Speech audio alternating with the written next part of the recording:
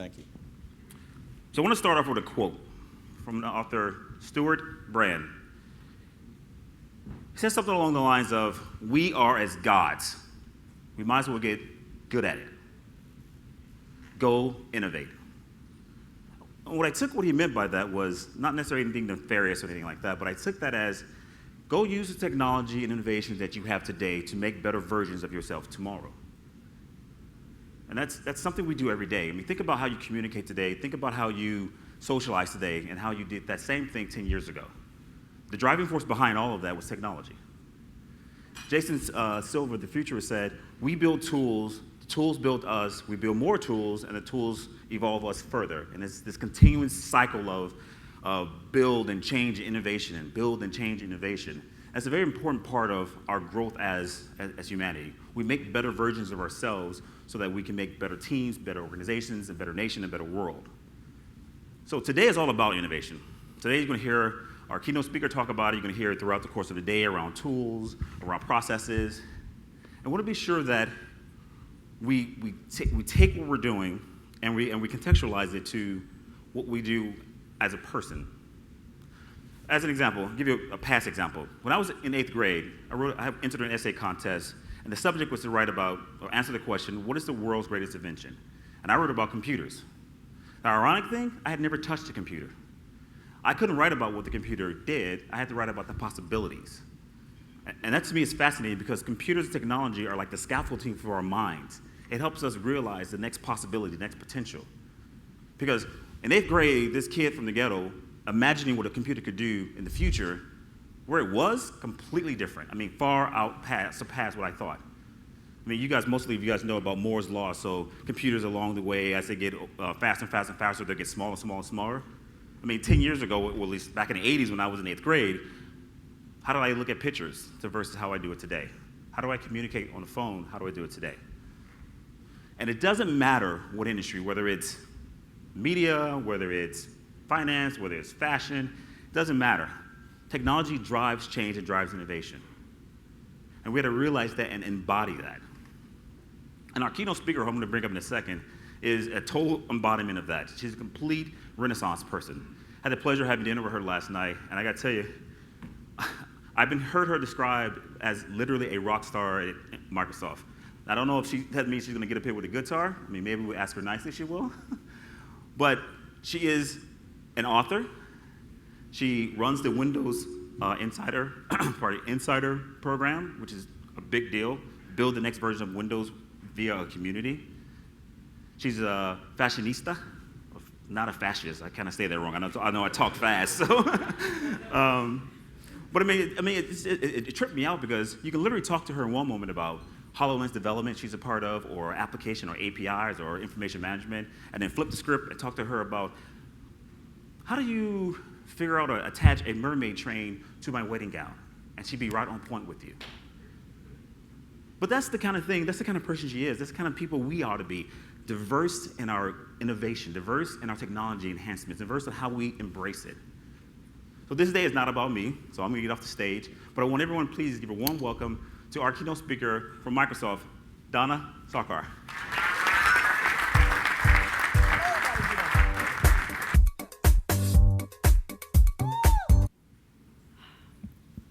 Thank you, everyone. I watched a blind man put his life into the hands of a stranger. His name is Jason, and he's a Windows insider. Hey, Cortana, call an Uber. And why not? Because he's not just a consumer of technology. He had a hand in co-creating it. He understands this technology as well as any of us who has had a hand in creating it. How does that work? It's because Jason is part of our community. He is part of the Windows Insider community. He's not just a Windows customer. What does that mean? What is a Windows Insider community? We had 3 realizations in the past few years. 1, everyone has a superpower. You, definitely you. Yours is quite obvious. You all have superpowers, I do too. Yet none of us fully understand what it's like to be blind. We will never understand what it's like to be blind unless we walk in those shoes. Jason understands because he lives it day in and day out. He understands what it's like to use this device to live his life, to set himself free. So if he picks this up and tells me, hey, Donna, Cortana's not working for me, I have to trust that because he has a superpower that I do not. Next, everyone has a solution. There's a big problem in your life. You know the solution for it. You may not have gotten the big old box of tools and laid it down in front of you and solved it. Maybe you don't quite know how to do it yet, but you know what the solution is. Jason's no exception. He works at the Toronto School for the Blind, and he knows exactly what we need to do to Windows to make it a far better operating system and a far better product for him and people like him. Everyone wants to be a part of something. How many of you belong to a 5 a.m. running club? You know the West Coasters right there. You can tell exactly who they are, West Coast all the way. LARPers of New York City, you can confess, we're amongst friends here.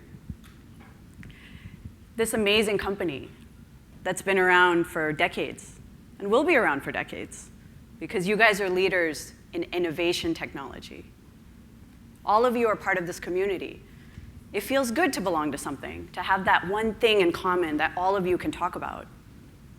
Jason's no exception. Yes, he loves to work with us, partner with us to build Windows, but he loves being the tech guy in the School for the Blind. That intersectionality is what makes us special and unique, where we belong to two worlds. I'm an expert in this, I'm an expert in that. That middle of the Venn diagram is what makes us special. That's what keeps us from being petty and competitive with others, because that's where we feel unique and valued. So don't know if you guys have noticed, but times have changed. We no longer look in the newspaper to find the TV times. Though, does anyone even know that used to be a thing? Yeah? Okay, no, you guys are all too young and good looking to know that. So times have changed. It's not enough for a company, any of us, to have just a product or a service. Many of us here make a product, many of us provide a service to the company that we work at.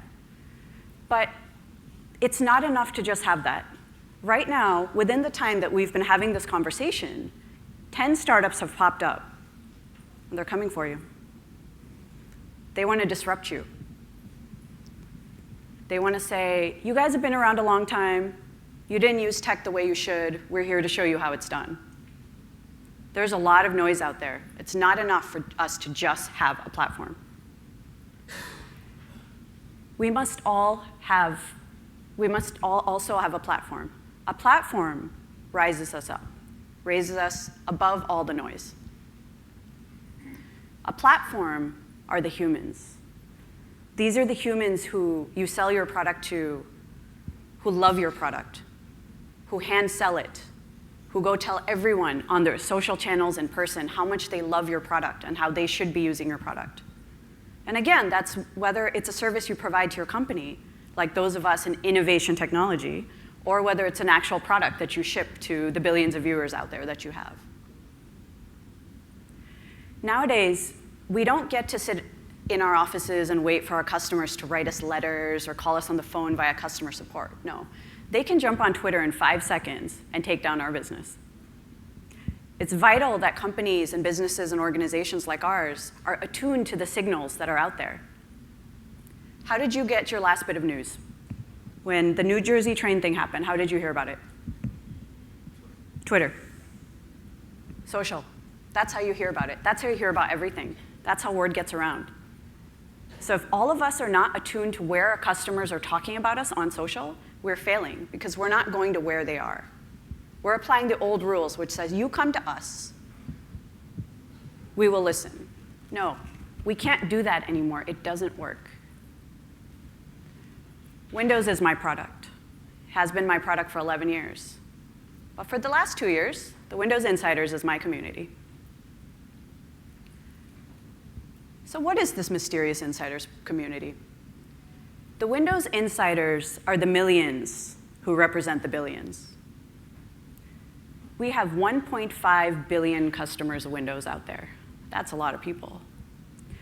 But we have millions of people who've opted in to tell us exactly what those billions need. Out of the 1.5 billion customers we have, we know that there's other 5 billion that we need to go after, because those are people who need technology, because without technology, they will not move beyond the current condition they're in. The only way to solve those problems from generations past is with tech. We have tried to solve them without tech. Obviously, it's not working. They've been problems for generations. Until we embrace tech and use it to unlock the 2 billion people out there who already have access to it, we cannot unlock the 5 billion. That's Microsoft's mission, to empower every person, every organization on the planet to achieve their dreams. The Windows Insiders keep us accountable to that. Now, you might be thinking, OK, these are a bunch of nerds. And yes, that's some of them, but that's not all. There are people ages 13 to 83 in Toronto who we had dinner with, where I met Jason. They use tech in a variety of ways: augmented reality, virtual reality. There's an 83-year-old woman who teaches senior citizens about technology. It turns out arthritis and keyboards don't work that well together. There's Jason, who teaches at the School for the Blind. There's a 13-year-old who's a tech mentor to this incredible school of autistic children in Toronto. These are my insiders. And they opted into this community because they believe in the common goal of using technology to innovate, to create, to learn, to make the world a better place. My insiders are entrepreneurs in Nigeria. I just came back from Lagos last week. I'm launching a fellowship. That fellowship is choosing 20 ideas that will make Lagos a better place, and listening to the solutions, and then helping them implement the solutions. Because again, they know the solution. They know what the problems are in Lagos far better than I will. That's their superpower. They also know the solution. They may not know exactly how to store their data. That's where I can help. But I'm not here to say, hey, Nigeria, here are the solutions to your problems. They're high school kids who've decided that enough with the homelessness in Seattle. We're going to do something about it. So we're going to use social media to do it. They're inventing their own version of the Ice Bucket Challenge to eradicate homelessness in Seattle. 5 high schoolers, they've decided, we're doing this. And guess what? They're probably going to do it. Because as we've learned from the Insiders program, which started as 2 people with an idea, a small number of people with a big idea and not a lot of fear can do amazing things. My insiders are a bunch of rabid gamers in Germany who've decided that they're going to create games for good to eradicate to bring up low-income housing for people across Germany. Because everyone should be able to afford housing. So this is what they've come up with. They're creatives in Berlin who are using astrophysics, their creativity and technology, to look at low-income housing as well. So this is what people are doing with technology out there. And these are normal people. These are people like you and I who've decided that, you know what, we're going to get together with like-minded people, with community, and create these solutions. And none of these started as a mandate from someone's manager or their VP. It started with an idea. I have this idea, I want to do this. Let me find other scrappy people, and let's get this done. They've taught us that co-creating is not optional. So how many of people have had to hustle one of your managers to get on board? Yes, all of you raise your hands. Yes, all of you have had to convince your managers of something, and you've tried all sorts of crazy techniques. And all of you have the looks of ferocious Ninja Cat hustlers, so I know you've done this well. And you know the fundamental basics of convincing people to do something. You get them on board early. Your idea is now our idea. Have them advocate on your behalf. Because suddenly there's more than one voice in the room talking about an idea. This is what our customers have taught us. When there's millions of people out there talking about our product and selling our product, that makes life much easier for us. Because not only do we know exactly what we should be creating, but we know how it's going to resonate with people. So how exactly do we do this? All of you know the parts of a product cycle because every single person has had to create. Starting at the beginning with analyzing. We analyze data. We look at petabytes of data from Jason and the School for the Blind. See how many times do they do calls on Cortana? How many times are those successful? How many times do they have to retry it? It gives us a good baseline of their satisfaction. We also ask them, tell us how likely are you to actually recommend this to other people? So once we actually have that data, we're able to move on to the envisioning phase and say, what are the new features and product investments we should be making? Now, this data is really powerful for this early prototype phase. We will oftentimes put down 2 ideas in front of Jason and his counterparts and say, which one of these do you like more? We joke around that we've made Tinder for features. Swipe left, swipe right. Which do you like better? Once we have this data, the hustling becomes easy.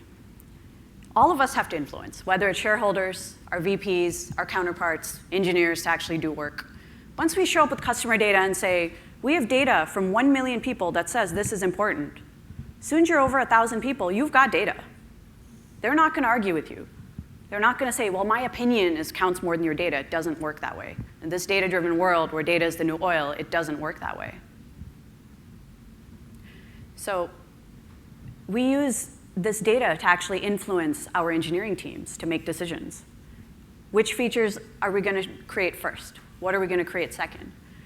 That helps really well with the actual execution and the creation part. How do we build an MVP as soon as possible so we can put it out there so that we can get these customers actually using it? Then comes the part that we're really known for in the Insider program, which is the beta. But Jason and co, they've known long before this phase about what's coming. It's not news. It's not a surprise. They know that the thing we've been talking about for half of this circle is going to come, and now they get to live with it and give us feedback, and we will iterate until this feature is exactly what he and his counterparts need. So when we get to the selling point, are we even selling, or are we just shipping?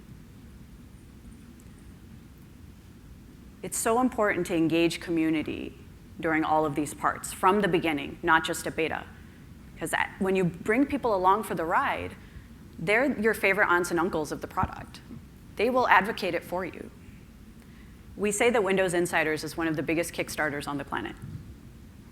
And that's been resonating incredibly well with our community because that idea of crowdsourcing and a friendly open source community is familiar. So, back in the day, a long time ago, you used to listen to NSYNC. Yes, you did. You did. Every one of you, every single one of you used to listen to NSYNC. And companies used to measure sales. That's it. Sales. Or adoption. That's it. Once you made the sale or someone actually had that software running on their machine, you were done. Wash your hands, bye. Did my job. Who knows what they did with it? We didn't care. All we had to do was make the sale.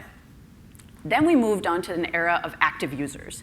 Everyone's measuring active users. Monthly active users, daily active users, December 5th active users, active users. How many people are using the thing you installed on their machine?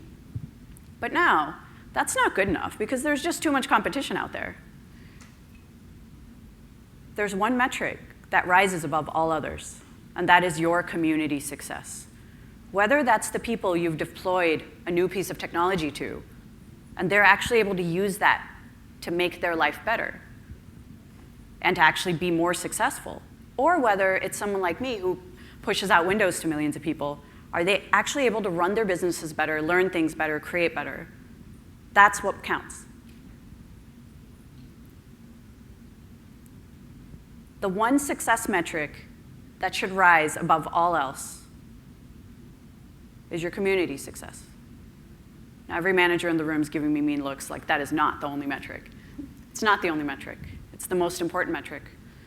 Because if someone is not successful using your product or service, they're not going to use it again, nor are they going to tell others to use it. And that's when your platform is not working for you, and you've got just a product again. So you're all in. Great, sounds great. How do I build my own community? How do I build my own insider population of trusted advisors? There's 4 steps that we used. The first, most important thing before we start is that you must remain scrappy. This doesn't work when it comes top-down. We've tried to do this top-down for years at Microsoft. We've been trying to do this at least 11 years. But the only way it works is when a few people get together and decide, we're going to run this experiment. We're going to gather a very small community of people together, and we're going to try things. And we're going to fail. We're going to fail hard. Then we're going to fail fast. Then we're going to do it again. Once you have a win, that's a good time to amplify. But you don't want to start huge, because as soon as you start huge, the program and the intention dilutes. We're a huge fan at Microsoft of small experiments. We have our 1-week hackathon, where engineers get together with other engineers from across the company, post ideas for projects, hustle people into joining their teams, and then they actually try to productize some of these. About half of the hacks become products, become features and products. The success rate is quite high. Everything I'm telling you about was a 1-week project. Every single thing was a hackathon project, because a few people got together and decided to do this. So if you and your organization haven't done a hackathon just to exchange ideas, because each one of us comes from more than one world. All of you work at this incredible company, but all of you have this incredibly diverse life outside, where you come at it with experiences and skills and passion. Bring those to the table. Bring your holistic self to the table. Have a hack, just within your own office. Set it up for Thursday evening through Friday evening, and just go. You'd be shocked at the amount of good ideas that come out of it, and you'd be shocked at the number of people who'd be very willing to help work with you. So what did we do?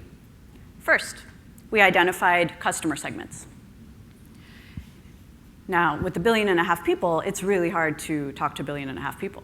So we identified key target customer bases. And once we identified those bases, we started to understand their currencies. Because the currency of the human is probably the most important listening exercise you can do, to figure out what people want. Third, we amplified their needs, internally and to others. Fourth, we connected them to the existing community of people. So, first, finding customers. These are the people we're going after this year heavily. K through 12, developers, creatives, IT professionals, such as the people in this room, and then folks with special abilities like Jason. These are folks that we feel that we don't have enough data from. We'd really like to know more about their day-to-day lives, their day-to-day condition, how tech can help make it better. What are the problems they're facing? What are the solutions they'd like to implement? How can we help? The way we are talking to these people is through myriad ways. One is, of course, the broad scale, social, email, all of the old school things, because that's the way to reach people at scale. We all have networks. Reach into the network, say, hey, can we talk about this thing? Do surveys. Second level is reaching out to the people who respond back with passion and say, you know what? You're going to be our friend. So actually having one-on-one events.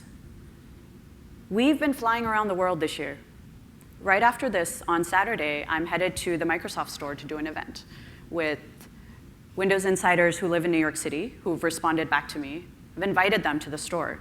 We're going to use the technology that we love and know how to use to solve some problems around affordable after-school care for underprivileged communities. Because once you unlock after-school care, it enables working moms and dads to actually have jobs without worrying about their kids. It unlocks a whole community. It unlocks a lot of possibilities and potential. So that's what we're going to be doing on Saturday morning. If any of you are free, we'd love to have you. Sales pitch, okay. Next is understanding people's currency. Not everyone's currency is currency. Some people, it is actually fame and fortune. I want to be famous, I want to make a lot of money, I want to be the CEO of the company. Awesome, that's great. But that is not everyone. It turns out with true creatives, like artists, designers, their currency is get all of this mundaneness out of the way. I don't want to count my customers. I don't want to count how much money I need to build them for. Just get it out of the way. I want tech to handle it so I can focus on the thing that matters to me, which is time, so I can create. For many, like Jason, it's being a part of something bigger, being a part of a community. For many, it's passion. Ignite my passion for this thing, and I will work so hard for you. So it's understanding the currency of these customer bases, and the only way to know that is really to listen. What are you trying to do? What do they talk about? Is it social good? Is it fame and fortune? What is it? But all of us humans are motivated by that one thing, and you know as soon as you hit on it, because someone's eyes light up, and they can't stop talking about it, because that is their currency. But when we're not talking to someone in their currency, it's like trying to pay in pounds in the US. It doesn't work. We amplify our customers' needs. This means that recognizing that I am an advocate for these millions of people. I have pulled them and built this community, but it is my responsibility to advocate for their needs. This means that I storm into our ship room where we decide on bug fixes and say, I can't call an Uber from this anymore. That's not okay. Here's data. But me and my team are the only ones who are doing this because we're the ones listening. We're the ones communicating with our community every day. We are closer and more familiar with our community than we are with our engineering counterparts, and that's okay. That could be amplifying their stories on channels. All of you have a far bigger social platform and social channel than most of your customers. So amplify their stories. Connect them, give them an opportunity to find each other in the world. And figure out how best you can represent your customers. Connecting them to community. This is very important, very new, something that we're doing. Through the new Windows Insiders for Good initiative, we are going around the world and solving old problems with new technology. We're very passionate about that. We are launching the Entrepreneurship Fellowship in Nigeria, testing it with a small group of 20 people, taking 20 businesses to market, 20 ideas into profitable businesses in the next 6 months in Lagos. But once it works, we know that that model is going to work in other global cities of urban sprawl. It turns out that in Lagos, the biggest issue is agriculture. The cost of food is expensive. So if we can bring down the cost of farming, that unlocks so many families to actually be able to spend that money on sending their kids to school. Who knew? We didn't, not until we went there and talked to people and found out. And of course, the solutions immediately in my head are like, put GPS dots on the tractors, push your data to the cloud, let's track it. And one woman said, I go to the internet cafe, I look at the weather report, I text 20 farmers, SMS text, 20 farmers the weather report in farmer speak. The clouds are coming in, don't water your plants. And she saves them millions of naira. And that's it. She makes an income from this. They give her money to do this. That's how she's using tech. There's no GPS dots or Azure anywhere to be found. Because her currency is not technology. Her currency is making the lives of these people better so that her family and families like her can actually send their kids to school. But if we weren't there and if we didn't listen, we wouldn't know that. We would immediately apply our first world solution to this problem.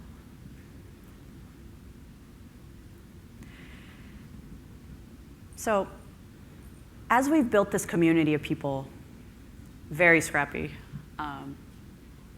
5 people built a community of thousands, that thousands became millions.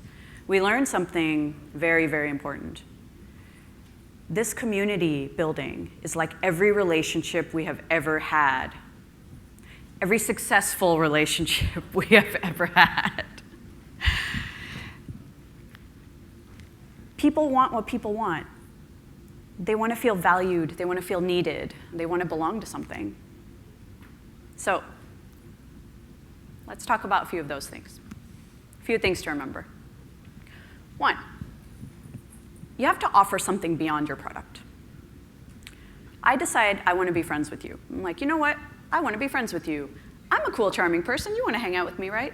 It's not enough because there's lots of cool, charming people in this room. What am I offering that's beyond just this product or beyond this conference? Why are we connected? What else can I offer? So we said, you know what? Many of our insiders are tech people who would really love to be working in companies like this one, like NBC, like Microsoft. They would really like to be working in the innovation technology department. And we've got many innovation technology departments as customers as well, and they would love to hire smart, creative people who actually understand our tech. This seems like an obvious job matching situation. So I put the word out there on Twitter. Twitter is the main way I talk to insiders, because they happen to be on Twitter. So I put the question out there. I have 35 responses. You can go find this tweet. Everyone says, I want this. I want to do this. And they started putting out ideas. They were like, how about LinkedIn job board? Can we do something on Indeed, maybe Glassdoor? We're going to co-create the solution together, because this behooves all of them. It has nothing to do with Windows. I'm offering something that's beyond just the product, because that's what you do as a community. Next. OK, who's pulled an all-nighter recently? These guys in the front row for sure, yeah, OK. They were hustling last night hard to make this happen. I love all-nighters. It's such a good time to bond with people. Such an engineer thing to do. You stay up all night, 3 a.m., you're bitching about coffee, it's great. It really bonds people together. More than that, you're creating something together usually. It's a last-minute fire drill. It's intense. It's emotional. We started doing these Windows Insiders for Good events globally. And a whole bunch of insiders decided that we're going to create an app together. They weren't even at the event. They said, we're going to create an app together that's going to help track low rent globally. So they did this. They created this together. And they started tweeting at us what they were doing. It was incredibly powerful. Whenever you're put to work, it actually feels good, because it means someone trusts you. So imagine you go to someone's house for dinner. They immediately hand you a bottle of wine and say, your job is to let no glass go empty. It feels good, right? Who can handle that job? Hell yeah, of course, we got this, right? Really good at letting no glass go empty. Because suddenly you're a member of the family, you're a member of the tribe. You're not a guest anymore. You've been put to work. So creating things together, very powerful with your community.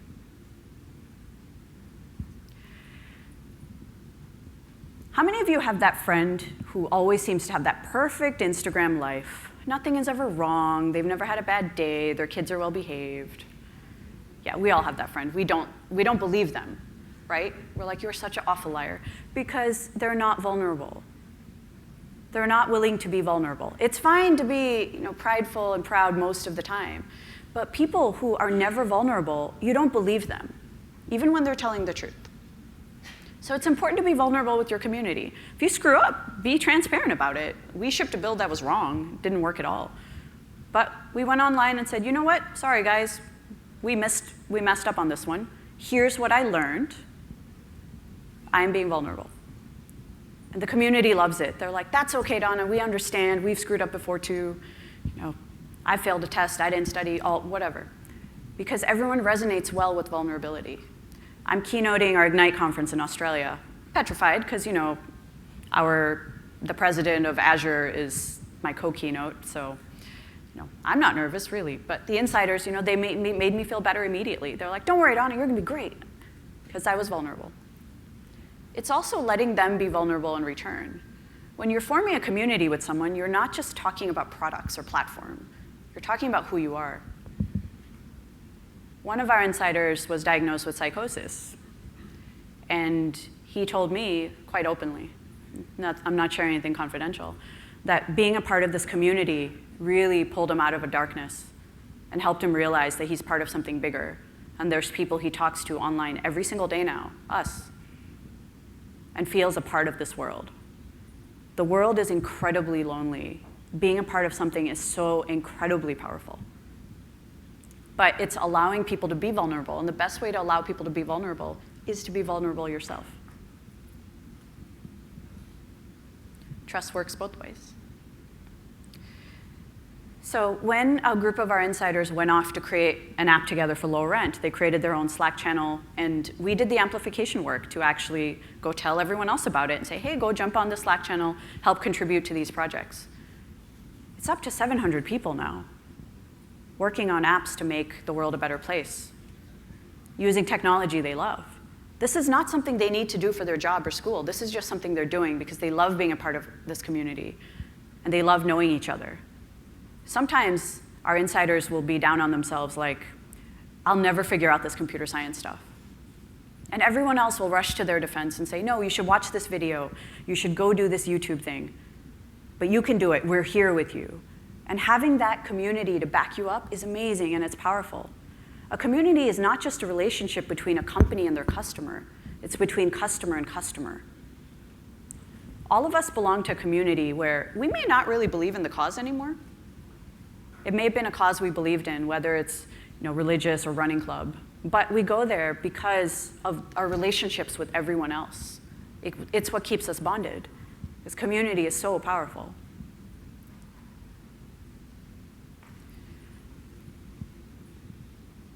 Every tribe has inside jokes. Our insiders love inside jokes. All of you think this is the stupidest thing you've ever seen, but if I tweet this image, they know that a Windows build is coming instantly. I don't need to say anything.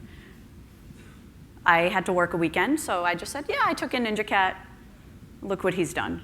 And it's just an animation of him reaching out behind the podium and going, hitting the button. It's a symbol that a build is about to launch. So nerdy. They love it. And this is why we are the tribe of the Ninja Cat. Yeah. Inside jokes. Appreciation. Every single one of you loves being appreciated. None of you get it enough. None of you. We just don't. Because we take for granted that people know that we appreciate them. That's just not true. So as you build out your community, appreciate them loudly for the work that they do and the help that they give to make the world a better place. They will love you so much. And in turn, they will share that appreciation with others because they realize, that made me feel really good. Let me make others feel really good as well.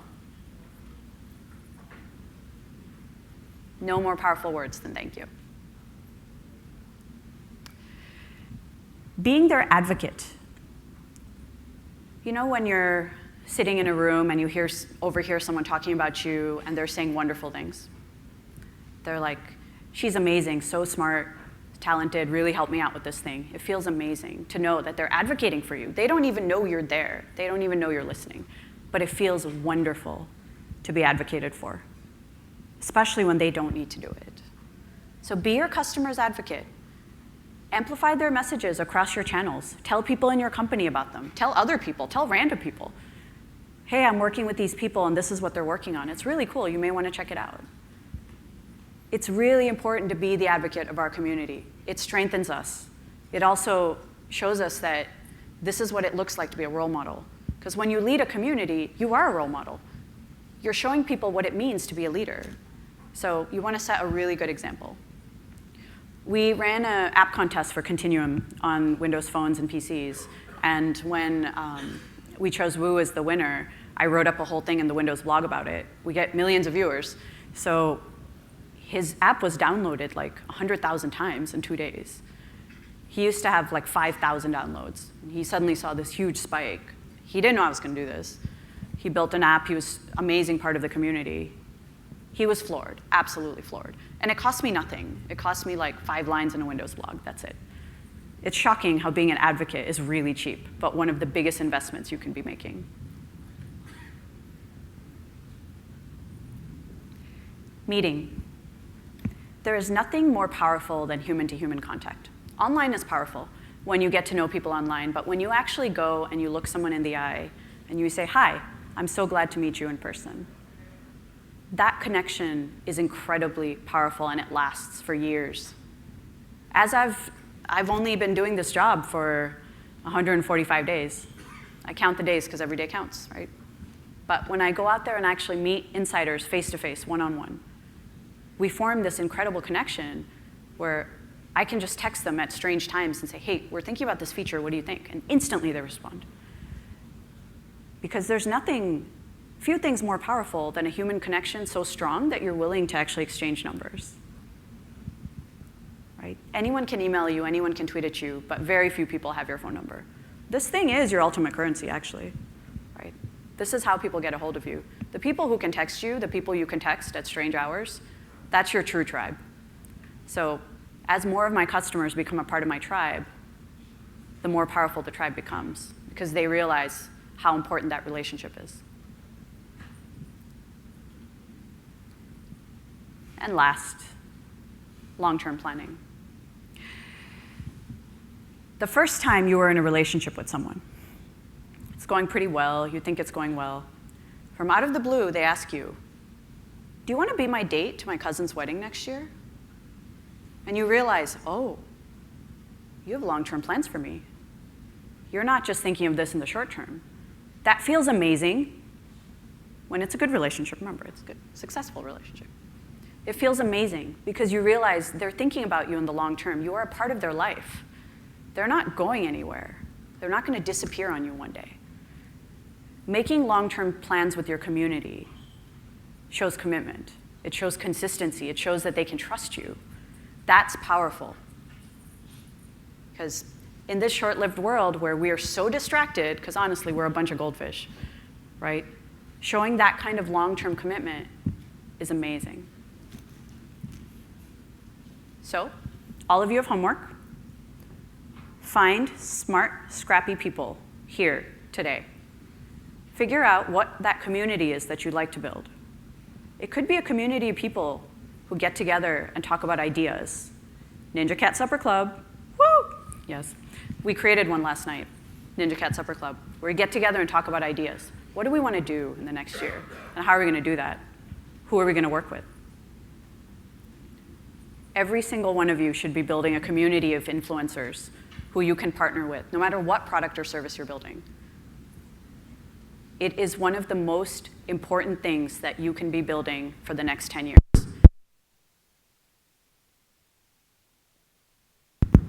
Your product or service is not enough to stand alone. You need that platform to rise you up. Customers, they're people you sell things to. So 1996. Your community are people you help make successful, and they sell things for you. Now, before I sign off, we have one tradition, and as you probably saw in our pictures, and my team will never forgive me if I don't make you guys do this.